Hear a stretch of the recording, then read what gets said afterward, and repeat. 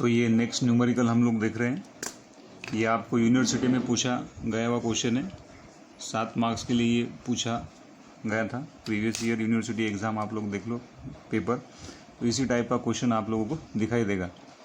तो अगेन इसने बोला है कि draw the polar plot for open loop transfer function, ये दिया है हम लोगों को। तो स्टेप नंबर 1 क्या है, हम लोगों को स्टेप वाइज सोल्यूशन सॉल्व करने की कोशिश करेंगे। वीडियो को आप सभी लोग पॉज करोगे और इसके सारे रिलेटेड पैरामीटर्स आप लोग फाइंड आउट करने की कोशिश करेंगे, जो मैंने आप लोगों को इसके प्रीवियस वाले वीडियो में बताया था। So step number 1, s is replace by your j omega. Then क्या होगा, G of J omega H of J omega will be equals to how much, 1 upon j omega plus 1 j omega plus 2।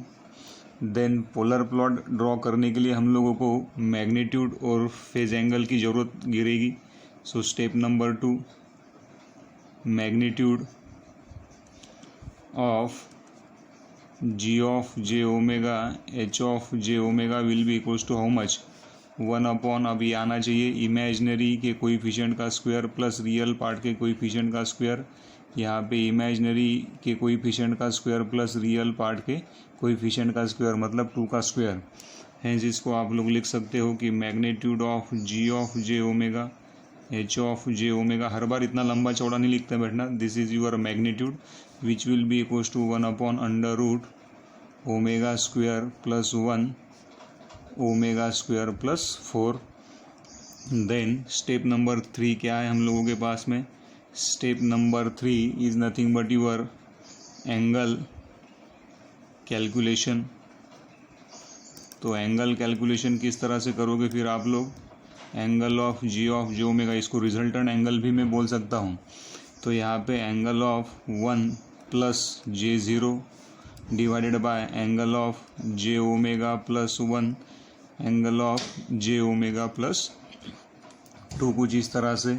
So this will be equals to how much, tan inverse imaginary coefficient divided by real part coefficient. यहाँ पे tan inverse imaginary का coefficient कितना है, omega divide by real coefficient कितना है 1। यहाँ पे not, ये एंगल हट जाएगा अब यहाँ से। यहाँ पे ये tan इनवर्स कितना आना चाहिए, इमेजनरी का कोएफिशिएंट ओमेगा, रियल पार्ट का कोएफिशिएंट कितना है 2।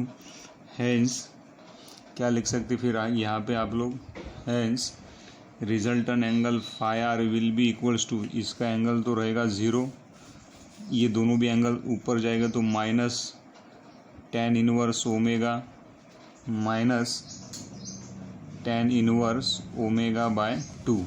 फिर हम लोगों ने प्रोसीजर में देखा था कि यहाँ पे ओनली नेगेटिव tan, लो फ्रीक्वेंसी एनालिसिस के लिए क्या करते हैं हम लोग, देखते हैं।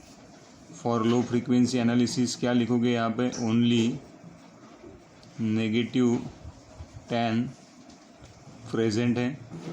अब नेगेटिव है इसका मतलब क्या रहेगा, डायरेक्शन क्या रहेगा हम लोगों का, पोलर प्लॉट का डायरेक्शन आपका क्लॉकवाइज रहेगा।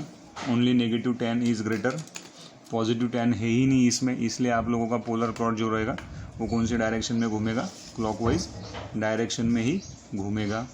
देन स्टेप नंबर 4 क्या लिखोगे, लो फ्रीक्वेंसी एनालिसिस आप लोगों को करना है। लो फ्रीक्वेंसी एनालिसिस में ओमेगा का वैल्यू कितना पुटअप करोगे, 0। So then magnitude of open loop transfer function when omega equals to 0 कितना आएगा, ये कितना है 1 upon under root omega square plus 1, और यहाँ पे कितना है omega square plus 4। So put the value of omega 0, यहाँ पे भी आप लोग 0 पुटअप करो तो कितना आएगा 1/1 अंडर रूट 4। सो दिस, ये अंडर रूट रहना चाहिए। So this will be equals to 1/2।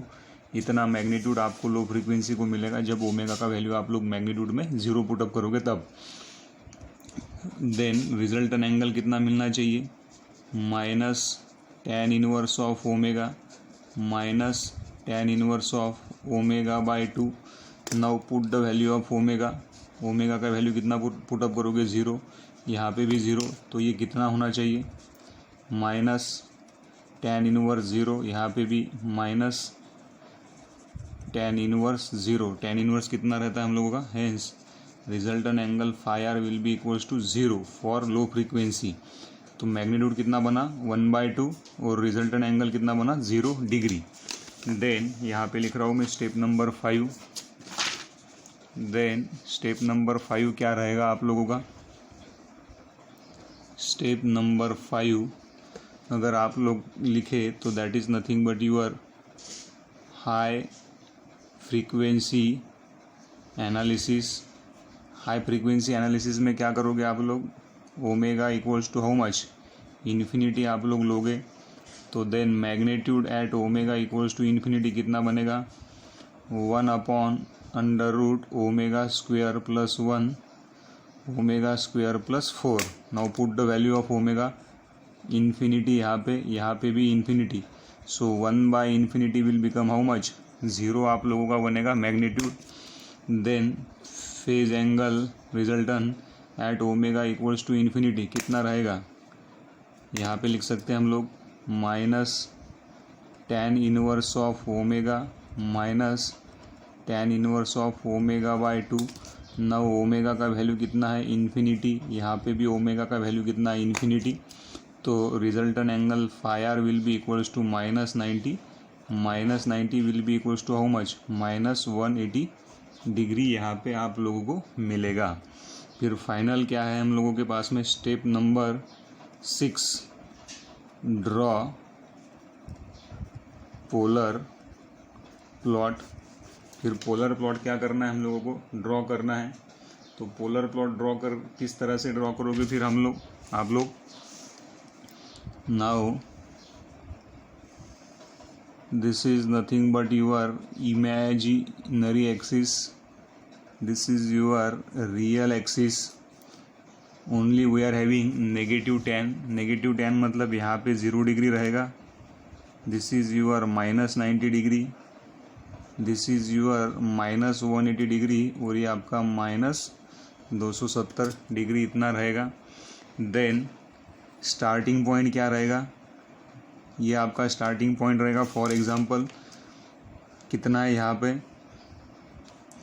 Omega equals to 0 है और मैग्नीट्यूड का वैल्यू कितना है 1/2।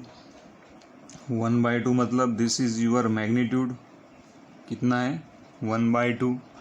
देन एंडिंग पॉइंट क्या है आप लोगों का,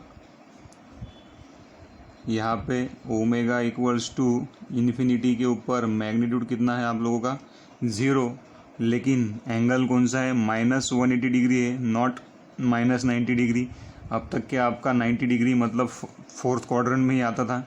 अब क्या होगा फिर आप लोगों का पोलर प्लॉट यहाँ से शुरू होगा कुछ इस तरह से और -180 डिग्री के ऊपर आके कुछ इस तरह से रुक जाएगा। तो this is nothing but the polar plot for your given open loop transfer function. और इसका डायरेक्शन क्या रहेगा, ये वाला रहेगा।